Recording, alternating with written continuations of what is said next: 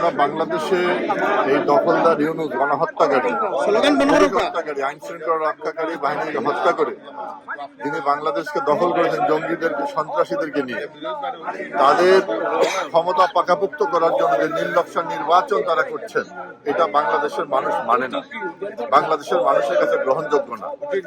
বাংলাদেশের স্বাধীনতার নেতৃত্ব দানকারী সংগঠন বাংলাদেশ আওয়ামী লীগ 1970-এর নির্বাচনে বাংলাদেশের মানুষ যাদেরকে রায় দিয়েছিল, ম্যান্ডেট দিয়েছিল, জাতির পিতা বঙ্গবন্ধু শেখ মুজিবুর রহমানের নেতৃত্বে যে নৌকা, সেই নৌকা আওয়ামী লীগ নির্বাচনে থাকবে না, সেই নির্বাচন বাংলাদেশের মানুষ মানবে না, বাংলাদেশের মানুষ সেই নির্বাচনে অংশগ্রহণ করবে না।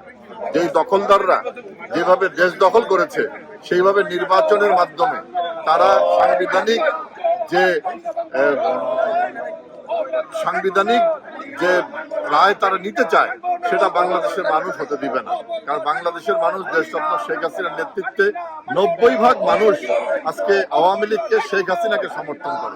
কারণ বাংলাদেশকে এই দখলদার ইউনূস ধ্বংস করে দিয়েছে, পুড়িয়ে দিয়েছে, মৃত্যু উপত্যকা বানিয়েছে।